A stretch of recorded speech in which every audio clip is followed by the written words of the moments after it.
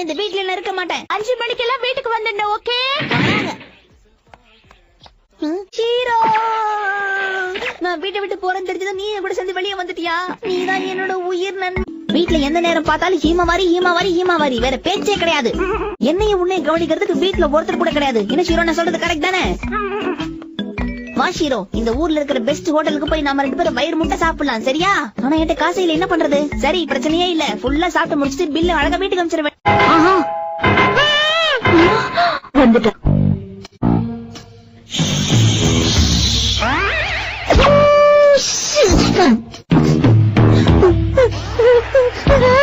இவனுக்கு விடாம தடுக்கணுமே.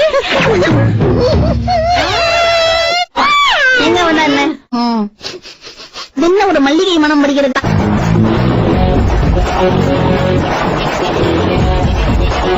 வணக்கம் வணக்கம். இவன் அவங்க அம்மாவை மிஸ் பண்ணிட்டா பாவம். அப்படியா? இது நியூஸ்ல போட்டலாம் விடு.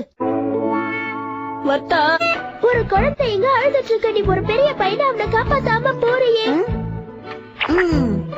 ஆமா, நான் பெரிய பையனாதான் ஆயிட்டேன்.